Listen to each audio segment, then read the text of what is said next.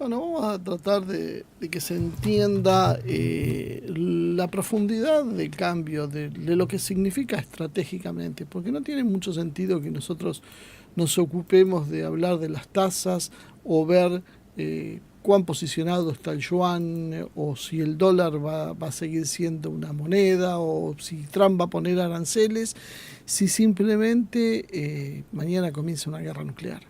O sea, creo que hay que tomar conciencia de eso y tener en cuenta qué factores son los que influyen, los que son realmente tanto, lo ha usado este término, game changer, lo han usado los medios occidentales, que bueno, realmente creo que estamos ante la presencia de uno de los verdaderos actores de cambio, capaces de cambiar el juego realmente en profundidad.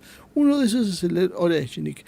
Es un proyecto que indudablemente ha sido realizado en secreto, puesto que prácticamente nadie sabe exactamente qué es el Oreshnik. Lo hemos visto en acción y no había una noticia antes de eso, en ningún medio, en ningún lado, ningún analista, ningún experto, ningún miembro de la inteligencia que haya dicho una palabra sobre el Oreshnik. ¿Es tan importante el Oreshnik? ¿Realmente hace algo como para que lo consideremos un factor así fundamental? ¿O es una exageración? ¿O es propaganda rusa? Hasta ahora nos han dijeron que muchos sistemas de los rusos no existían y eran pura propaganda. Tal vez no sea así, y tal vez esto sea uno de las cartas que tiene Putin en la manga y que empieza a mostrarlas, empieza a mostrar para que la opción, la posición de Rusia en realidad sea tomada en cuenta, y a partir de ser tomada en cuenta se pueda arribar a una solución lo más pacífica posible. Ya no digo pacífica porque eso es absolutamente imposible, que eso es otra de las cosas que también tenemos que aprender. Vivimos en un mundo con realidades, o sea, una cosa es si uno se dedica a la filosofía, se dedica a la metafísica, se dedica a otras cuestiones espirituales, me parece maravilloso hablar de paz y todo, pero cuando uno hace un análisis de contenido geopolítico, cuando uno se enfoca en las relaciones internacionales, lamentablemente la cuestión es cruda y dura. No es una cosa simple, no es algo para estómagos delicados, es lo que es. Bueno, el Oreshnik, que significa avellano en ruso, avellana, ha generado dos corrientes, podríamos decir, una de admiración y otra de escepticismo, ¿no? Algunos dicen que es la herramienta que puede poner un coto definitivo a la guerra, es capaz de cambiar el equilibrio estratégico dada su velocidad, alcance y capacidad destructiva. Por eso digo, ante una situación así, ¿qué importancia tiene a veces una resolución o una cuestión financiera? Cuando uno tiene un arma, acuérdense lo que decía Putin, uno pide las cosas con cortesía, pero si lo hace con un arma en la mano tiene mejores resultados. Entonces, el Oreshnik es básicamente eso, es un arma que le permite, por lo menos hipotéticamente a Rusia, tener un salto de calidad en lo que está haciendo y variar el equilibrio estratégico. Lo peor para Occidente es que tampoco sabemos si esta es la única opción que tiene Rusia o es una más. Lo vamos a averiguar rápido, eso sí. Una de las cuestiones que se discute es si tiene un perfil balístico o no. Aparentemente tiene un perfil cuasi balístico, pero esto significa que tiene capacidad de maniobra. Significa que además de su altísima velocidad es difícil de prever su trayectoria. Por ende, es muy difícil de ser interceptado. Aparentemente tiene una ojiva con componentes cinéticos y tiene la capacidad de ser potencialmente nuclear, capaz de neutralizar objetivos estratégicos, ya sean bases, búnkers o cualquier otro lugar desde donde la OTAN pueda tener activos estratégicos, es decir, centros de decisión o lugares de acumulación de armas importantes, ¿no? Putin advirtió que no lo van a usar para cualquier cosa. Básicamente dijo, es como matar mosquitos a cañonazos. O sea, su uso va a ser selectivo, y también avisó que entra en producción masiva. Conociendo los antecedentes, cuando a uno le dicen que entra en producción masiva, vayan sabiendo que ya está la producción masiva hecha desde hace un tiempo. Cuando Rusia o cualquier país dice que va a mover una pieza, la pieza ya se movió antes, solo están blanqueando una situación. Cuánto más masiva será la producción, no lo sabemos. Quizá aumente la escala, la haga más visible, no sé, eso no lo podíamos suponer. Decía que dio una mezcla de asombro y escepticismo a partir de las imágenes satelitales en Dnipropetrovsk, porque las imágenes, según algunos, no han mostrado daños significativos. Y ahí es donde empieza la primera discusión.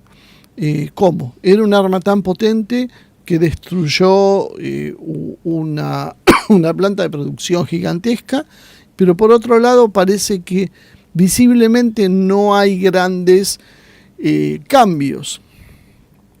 Las imágenes satelitales tampoco podemos saber a ciencia cierta de quién son, no de quién son, sino de qué características tienen, puesto que pueden ser manipuladas o pueden ser de otras fechas.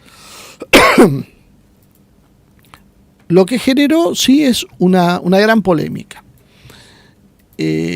Para algunos, en la OTAN hay mucha preocupación, para otros hay desdén. Y esto es lo complicado de entender. El primer punto es que Rusia necesitaba cubrir un bache. A partir de los acuerdos para no fabricar misiles de alcance medio, no sé si algunos recordarán que vieron los programas anteriores, yo explicaba que entre 500 y 5.000, 5.500 kilómetros son lo que se consideran alcance medio. Hasta 500 kilómetros son misiles de corto alcance. Rusia tenía un vacío porque en ese acuerdo habían decidido no fabricar armas con estas capacidades. Estas capacidades son las que se necesitan para atacar desde Rusia a Europa o desde Europa hacia Rusia. Para atacar de Rusia a Estados Unidos se necesitan ya misiles intercontinentales que tienen un alcance mucho mayor, que son los de largo alcance. La Unión Soviética tenía un sistema que se llamaba RSD-10 Pioneer o SS-20, que es la denominación que tenían los rusos, que era un misil de alcance intermedio, IRBM, que se fabricó en la década del 70. Su alcance era entre 4.500 y 5.500 kilómetros y tenía cabezas múltiples independientes de reentrada, ¿no?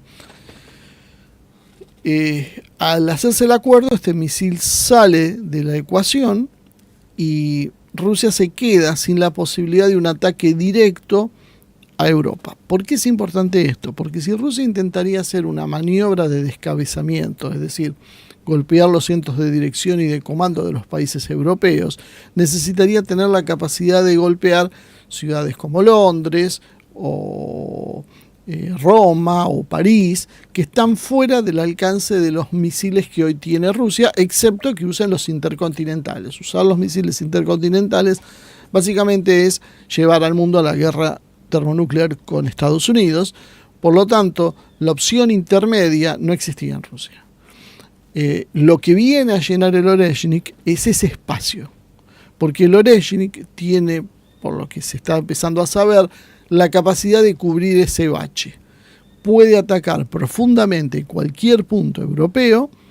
Se habla de aproximadamente unos 5.000 kilómetros. Por supuesto que nunca sabemos exactamente, pues estos son secretos militares, pero puede alcanzar cualquier capital, cualquier base europea de la OTAN, cualquier búnker, con una energía suficiente como para destruirlo.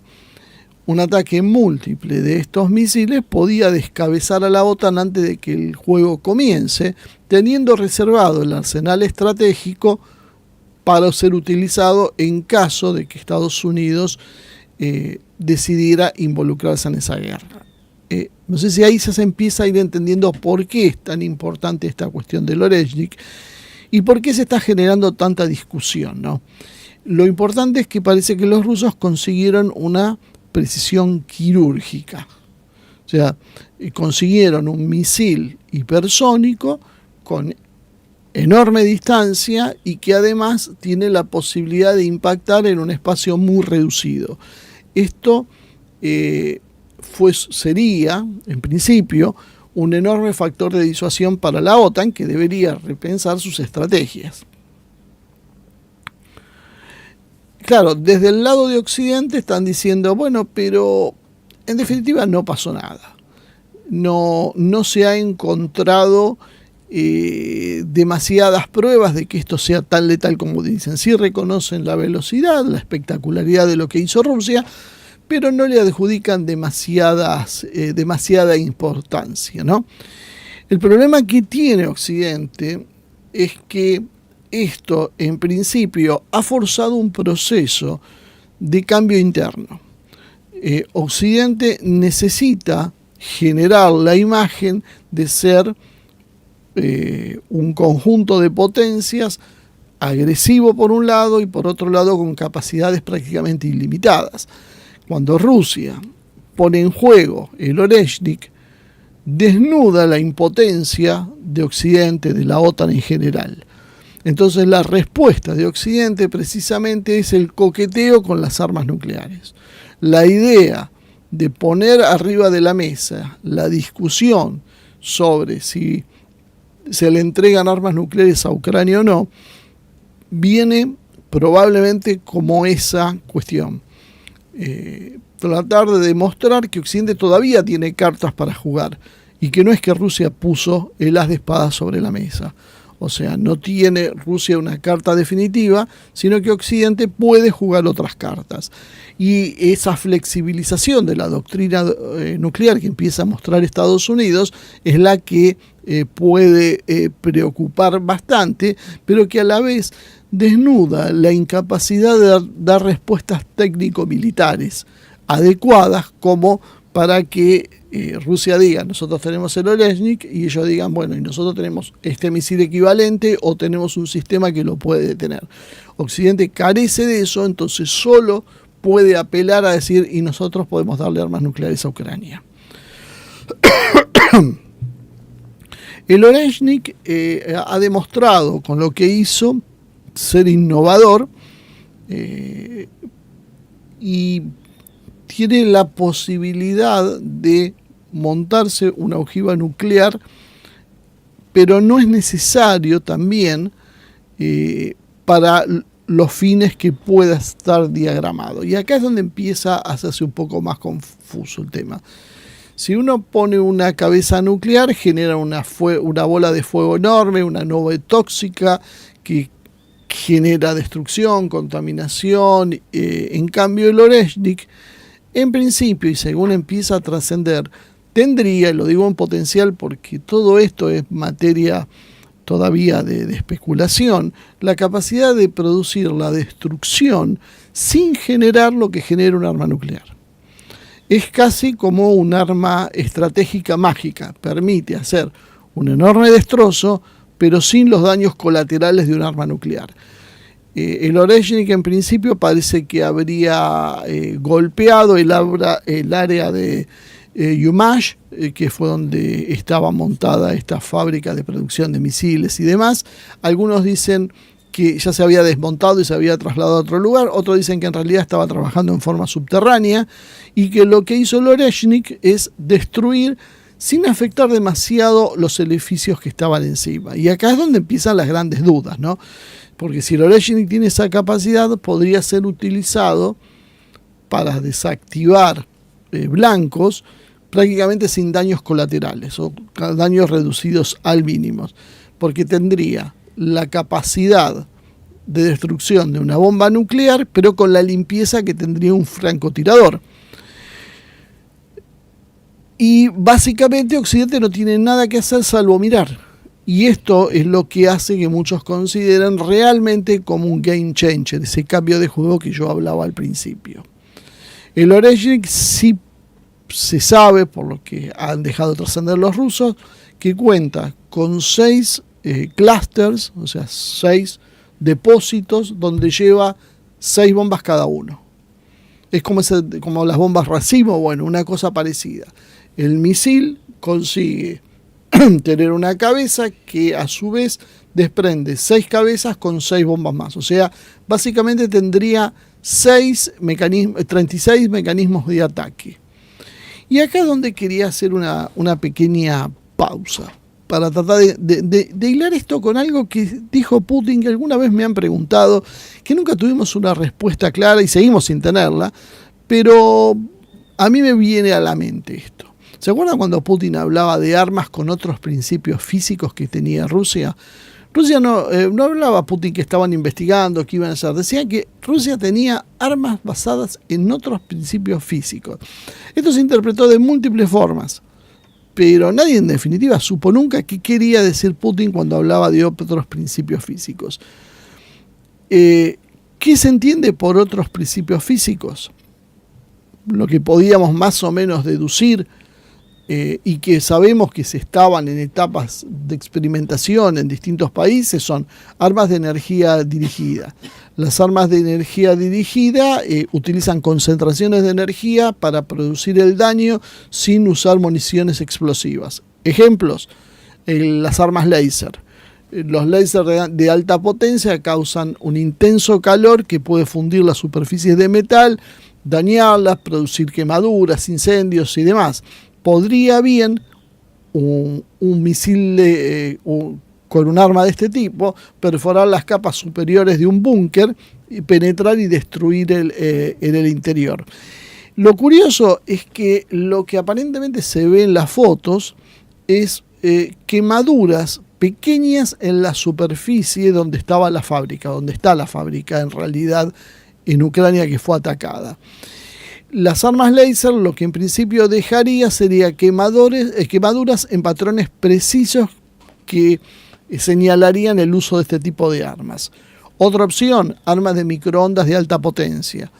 ¿Qué hacen estas armas? Emiten ondas electromagnéticas, como es un microondas comercial para calentar la comida, pero con una potencia infinitamente mayor que puede básicamente destruir cualquier tipo de objeto electrónico, mecánico. Se utilizan habitualmente para la destrucción de los equipos electrónicos, ¿no? Para quemarlos. ¿Se acuerdan cuando decían, por ejemplo, que una forma de destruir un disco duro y que no se pueda rehabilitar era metiéndolo en el microondas? Bueno, de una forma que hace unos años atrás se hablaba mucho. Si uno no quiere que quede en rastro y nadie lo pueda reconstruir, lo metías en el microondas y eso lo reventaba. Bueno, esto sería más o menos un principio parecido. Y se podían usar en búnkers para calentar los componentes internos que sean sensibles y generar de esta manera incendios localizados internos que no necesariamente harían explosiones visibles para el resto. ¿Qué quedaría en el suelo? Quemaduras irregulares sin fragmentación. Otra posibilidad, ataques electromagnéticos localizados. Pulsos electromagnéticos que generalmente no causan daño físico visible, aunque sí logran concentrar altas cantidades de energía en materiales conductores, por lo tanto interfieren los sistemas electrónicos dentro del búnker y calientan las superficies con estructuras metálicas cercanas al impacto. Esto también dejaría señales compatibles, señales de quemaduras localizadas cerca de los componentes metálicos. Bombas termobáricas de ondas de choque. Estos serían también, no básicamente un arma sin explosivo como dijimos, pero que en realidad generan efectos destructivos a través de ondas de presión y de calor extremo. Y esto genera poca fragmentación visible. ¿Cómo funcionaría? Básicamente liberando una nube de aerosol inflamable dentro, buscando una sobrepresión masiva dentro del búnker, y tendría excelentes resultados quemando amplias zonas, pulverizando amplias zonas y generando un patrón difuso de la quemadura, ¿no? La cuarta opción son las armas de plasma, que es un gas ionizado de alta energía. Teóricamente se puede hacer esto, podría generar quemaduras intensas al impactar contra las superficies, atravesando cualquier tipo de material reforzado, y en los búnkeres haría daños localizados con quemaduras específicas. Y lo que veríamos sería desde el exterior zonas carbonizadas sin la fragmentación típica que generan los explosivos. Una quinta opción son los penetradores cinéticos de alta velocidad, que son armas de energía cinética que pueden destruir estructuras sin explosión directa. Eso era lo que intentaban básicamente hacer con los cañones de riel en los Estados Unidos, que nunca funcionó. Son proyectiles de alta densidad, como es el caso del tungsteno o el uranio empobrecido, y que dada precisamente su forma de flecha y su altísima velocidad puede generar una penetración dentro de los bloques del búnker y generar una intensa ola de calor debido al impacto. Y esto también mostraría apenas pequeños cráteres rodeados por la quemadura propia de la fricción, pero limitada. Y algunos hablan de los sistemas de frecuencia acústica o vibratoria, que es un arma de choque que podría causar colapsos internos en la estructura, generando resonancias destructivas en las estructuras del búnker, desplazando el aire caliente y causando quemaduras en la superficie. El daño sería parecido, localizado, pero sin fragmentación de explosivos. Entonces, si uno considera las quemaduras que se vieron en el suelo, es una opción que se haya usado algún arma que haya tenido alguna característica de este tipo. Quemaduras uniformes o patrones regulares, que son por láser o plasma, quemaduras alrededor de estructuras metálicas, que son microondas o los pulsos electromagnéticos localizados, y ausencia de cráteres pero con colapso interno, que pueden ser termobáricas o acústicas. Este es el tipo de principios físicos que podía hablar Putin y que fue lo que se le atribuyó, y que de alguna manera se sospecha que tal vez de eso fue que hablaba Putin. Lo podemos saber, no todavía, pero deberíamos prestar atención a esa posibilidad, porque ha causado mucha extrañeza la forma en que se produjo el ataque y las marcas que en principio se verían en las imágenes satelitales.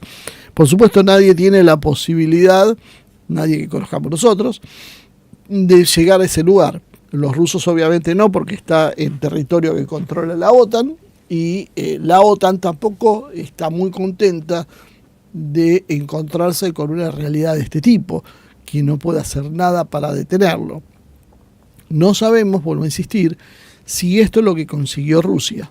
Sería una explicación que contemplaría varias variables: las armas con otros principios físicos que hablaba Putin, las características del tipo de daño que se observa, o que al principio se observaría en esas imágenes, y esto podría ser una opción de cambio. Hay otra idea que después vamos a analizar un poquito más adelante, que es que básicamente eran simplemente municiones descargadas. Lo único que hicieron fue golpear el suelo y no utilizar ningún tipo de munición adentro, mostrando la capacidad que se tendría y, bueno, dejando a la imaginación del enemigo qué pasaría si eso contaría además con una cabeza nuclear, por ejemplo. La cosa se está complicando.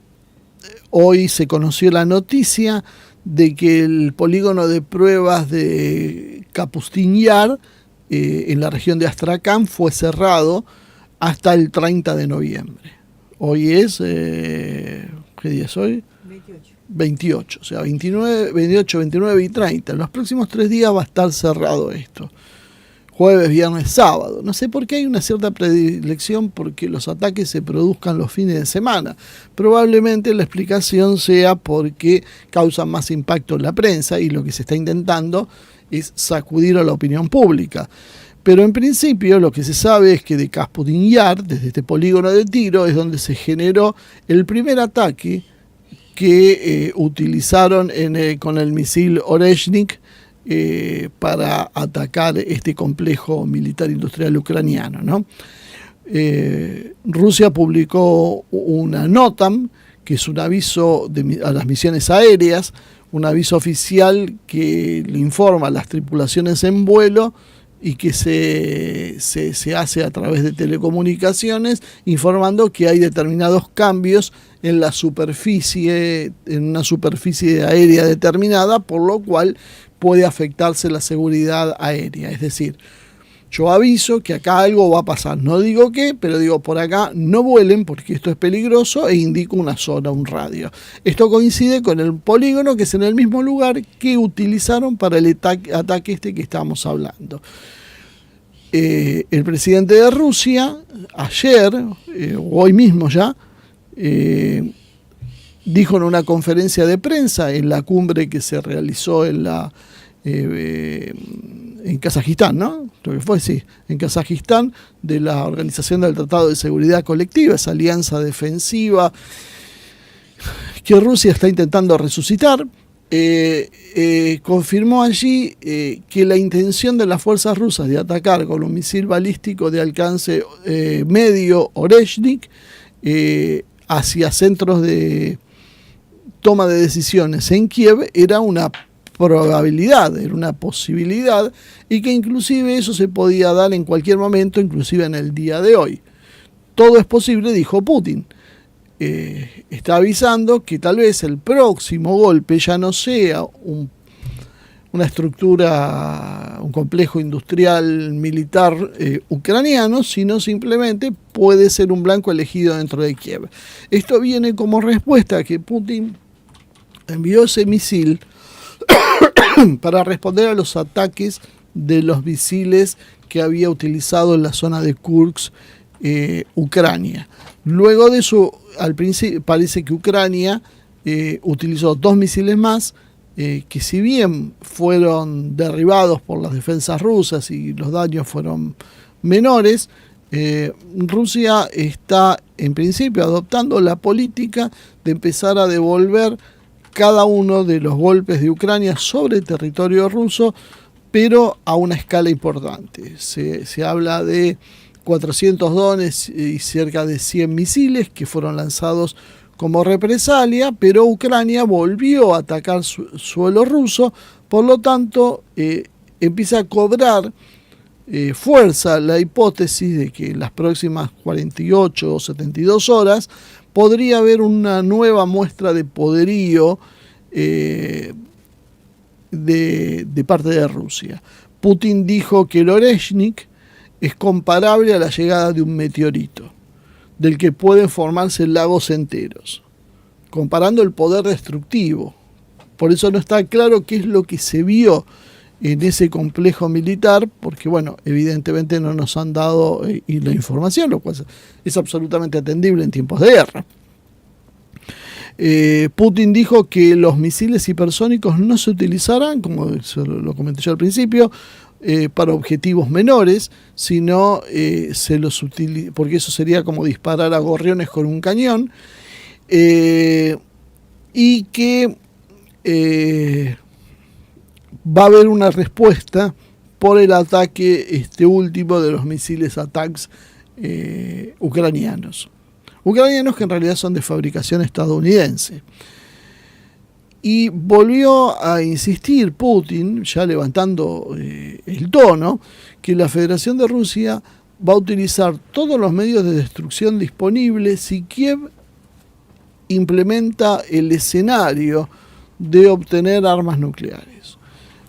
O sea, Putin está planteando abierta y directamente que no va a permitir la entrega de armas nucleares a Ucrania, y que si eso sucede, se reserva obviamente el derecho de usar cualquier tipo de arma disponible, y no aclara qué tipo de arma estamos hablando. Si estamos hablando del misil Oreshnik o si estamos hablando de armas convencionales o qué es lo que tienen en mente Rusia para hacer, pero que de ahora en más ninguna acción va a quedar sin respuesta y muchísimo menos la posibilidad de una cuestión que tenga que ver con el uso de armas nucleares. Ya no estamos hablando inclusive de armas nucleares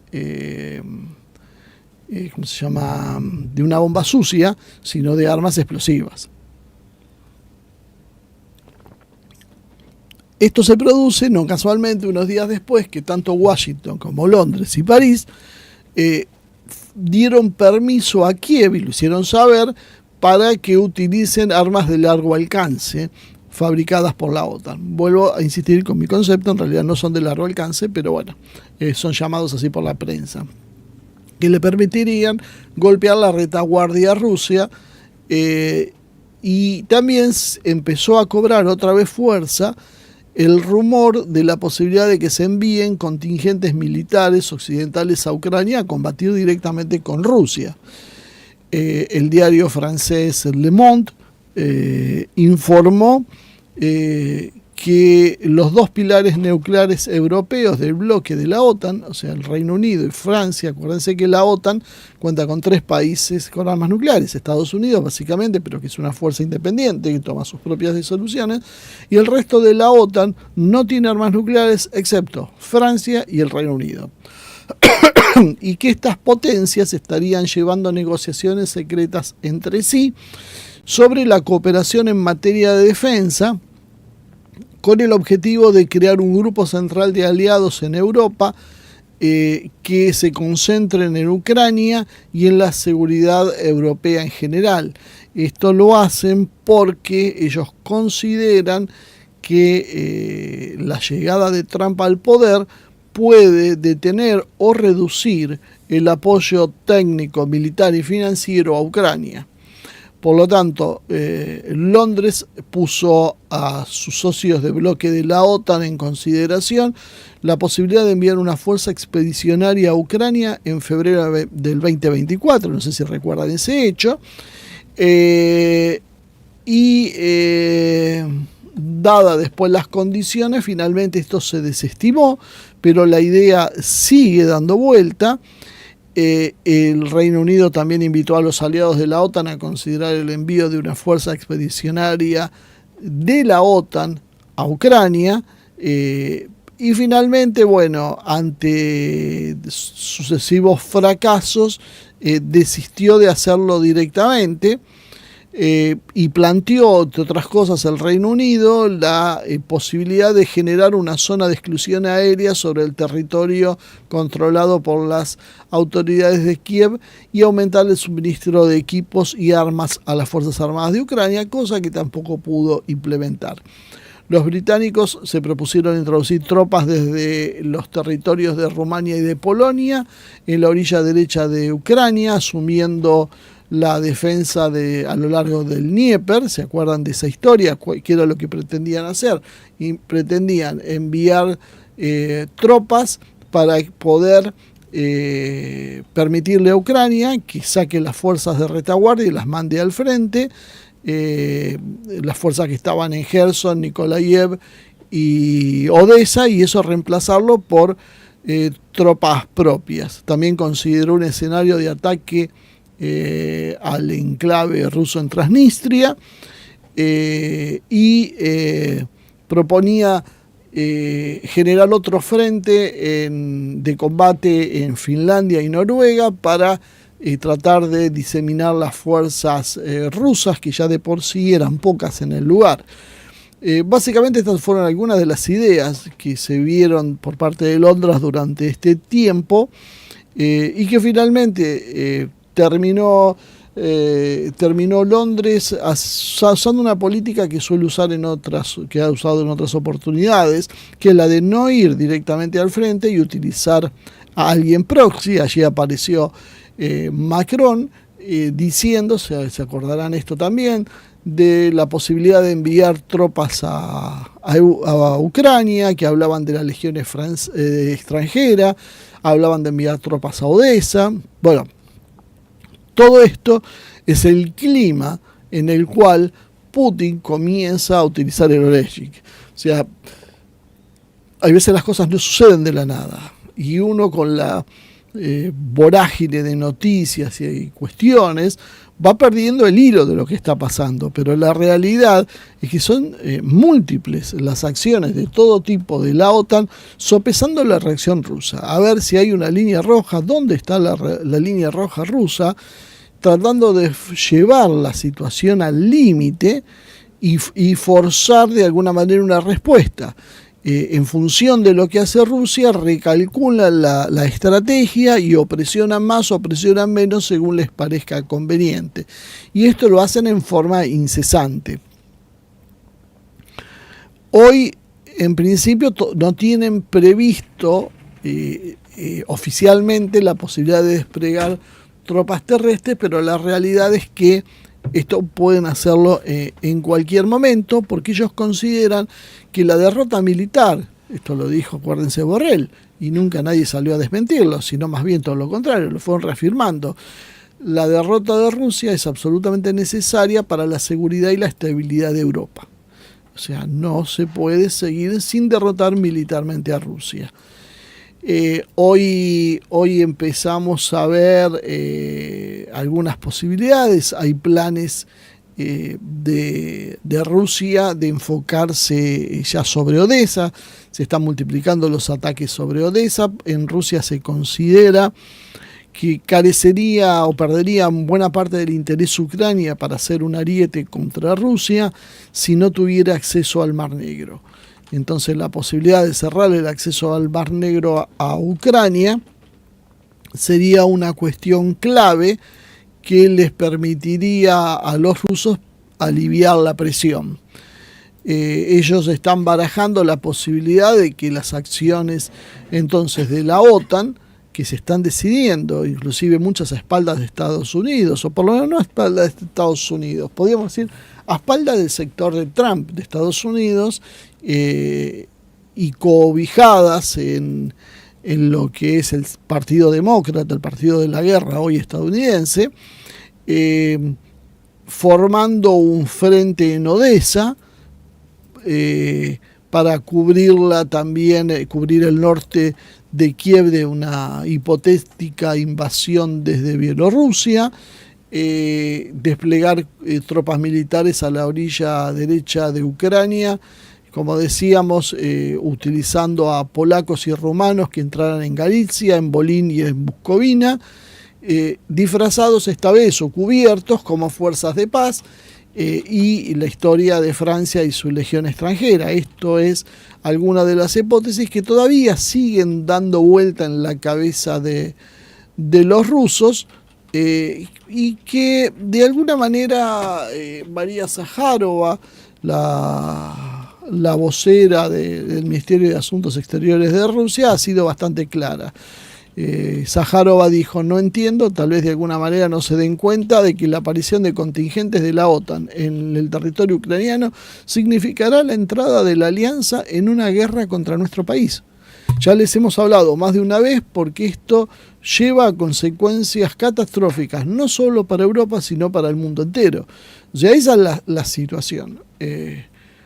La OTAN europea está haciendo planes para desplegar tropas en Ucrania, y Rusia está advirtiendo la seriedad de esta cuestión. Hay algunos otros detalles para ver cómo, lejos de disminuir la ofensiva occidental, sigue buscando puntos débiles dentro de Rusia. Se conoció una noticia que es la transferencia del control técnico a Estados Unidos, en Kazajistán y Uzbekistán, de sus sistemas aduaneros. Parece una cosa bastante curiosa, ¿no? ¿De qué estamos hablando? O sea, creo que son esas noticias que pasan desapercibidas. Parecía una noticia menor. En realidad lo que está pasando es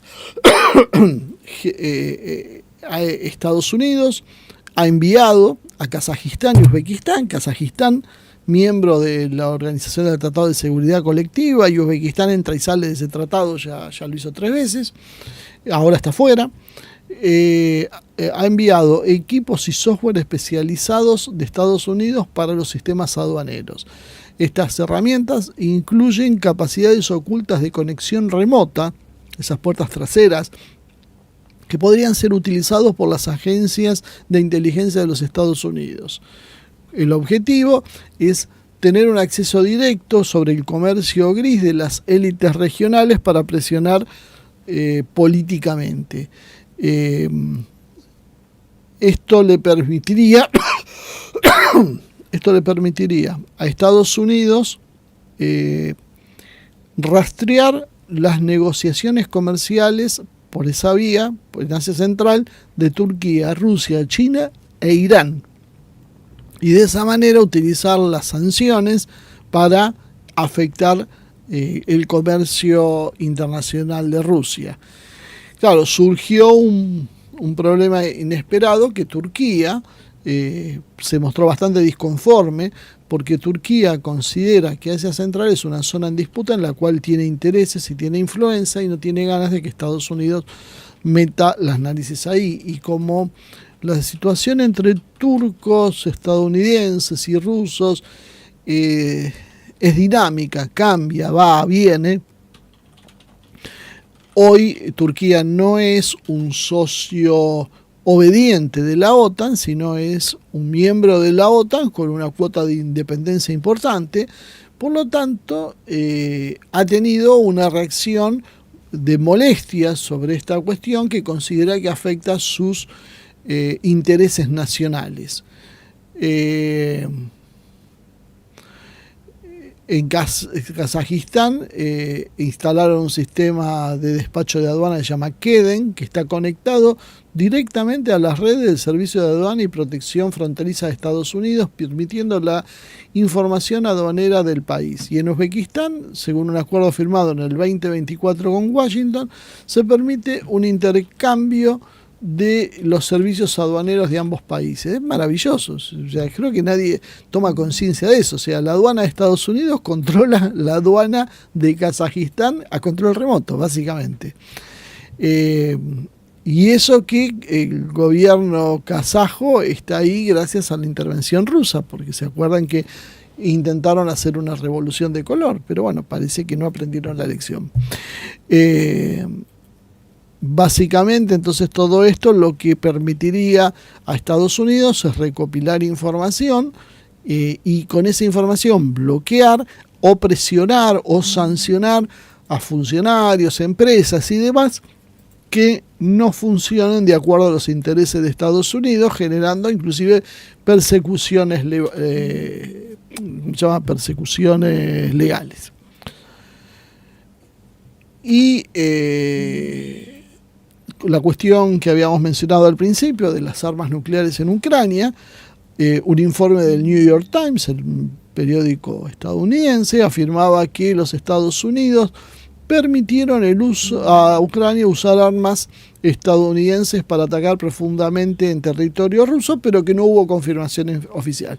Luego, Francia misma y el propio Departamento de Estados Unidos dijeron que tal vez sí, que tal vez no, y empezaron con declaraciones contradictorias.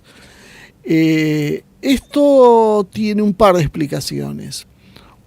Una, la que podríamos poner como más natural, sería hablar de desacuerdos estratégicos entre Estados Unidos, la OTAN, la Unión Europea, inclusive internos, ¿no? Sectores que quieren evitar la escalada, como los que hay en Estados Unidos, más de la mano de Trump, y por otro lado, países como Francia y el Reino Unido, que, aunque el sentido común y la lógica más elemental aconseje lo contrario, pretenden ir a la guerra con Rusia. También significaría una crisis de liderazgo en los Estados Unidos, porque Biden está básicamente ausente de lo que está pasando, la administración está funcionando en piloto automático, a Biden lo tienen paseando en cumbres internacionales, pero sus subalternos, en principio parecería que son sus subalternos, se han dedicado a generar un caos político y a presionar. Por un lado, esto produce una fricción con los partidarios de Trump, que están buscando un acuerdo de paz, porque lo último que les interesa es asumir con un clima de guerra, mientras que hay otras facciones que están intentando, al revés, intensificar la guerra para dificultar el gobierno de Trump y además con su proyecto internacional. Todo esto, bueno, termina por generar discusiones y enrarecer el clima. Lo más grave de toda esta historia precisamente es que se está hablando de un posible intercambio nuclear cuando hay un descontrol interno en Occidente, ya sea por disputas de poder, por falta de liderazgo, por la razón que cada uno quiere adjudicarle o porque son distintos grupos que se enfrentan. Pero no es bueno enfrentar una situación así con un poder centralizado, porque es riesgoso y puede llevar a la guerra. Pero mucho peor que eso es hacerlo con un poder descentralizado, donde hay muchos actores que intervienen y que tienen sus agendas y sus intereses. Entonces uno no tiene que negociar la paz con uno, sino con múltiples actores, con el riesgo de que cualquiera de ellos pueda gatillar un conflicto internacional. Rusia está en una situación compleja por ese mismo motivo. No tiene un interlocutor tampoco claro en Estados Unidos. ¿Con quién habla? Habla con Biden, habla con los subalternos de Biden, con la gente del equipo de Biden, habla con Trump. ¿Quién es el que representa a Estados Unidos? ¿Se puede acordar con la gente de Biden sin acordar con Trump? ¿Se puede acordar con Trump sin la gente de Biden? ¿Qué es lo que va a pasar mientras tanto? Bueno, este es el marco donde se permite el uso de los misiles ATACMS contra Briansk en Rusia, y que genera esa respuesta de Estados Unidos, esa respuesta rusa, de inclusive el cambio de su doctrina nuclear. Todas estas ambigüedades, la desesperación de Zelensky, que se le acaba el mandato y que nada lo pone en condiciones de sostenerse, es muy grave. Se acaba de difundir una encuesta donde el 16% de los ciudadanos ucranianos, según una encuesta hecha en Ucrania, ¿no?, apoyaría la reelección de Zelensky. El 16%, o sea, el 84% ya no lo quiere. Y de todo su equipo, la gente involucrada en la conducción de Ucrania, solo Zaluzhny, o sea, Zaluzhny en realidad es el que tiene mejor porcentaje de votos y tiene un 27%. O sea, no llega al 30% la persona mejor vista de los que hoy están gobernando Ucrania, que además lo están haciendo con el mandato vencido. Esa también es una cuestión de desesperación que genera toda esta incertidumbre estratégica que puede llevarnos finalmente a una guerra nuclear, ¿no? Si uno combina las tensiones internas de Occidente, las ambiciones de Ucrania, las distintas facciones de poder, la situación de Rusia, la presión interna que sufre Rusia para reaccionar y las decisiones que se vienen tomando, la posibilidad de que se produzca una desescalada es bastante tenue. Podríamos decir que de acá a los próximos meses la situación va a seguir escalando, y al ritmo y velocidad velocidad e intensidad que lo está haciendo, bueno, simplemente nos encontramos en una situación digna de un cuento de terror. Por lo tanto, bueno, es para prestar mucha atención y entender, y con esto ya redondeamos, y entender que lo que hizo Rusia con este misil, con el Oreshnik, es una advertencia. En definitiva, es una advertencia. No fue un blanco tan importante, inclusive por las propias palabras de Putin. Dice, no vamos a usar esto contra cualquier cosa, y era un blanco relativamente menor para la importancia de ese misil. y sin embargo Rusia lo usó, porque yo creo que lo que Rusia está mandando la advertencia.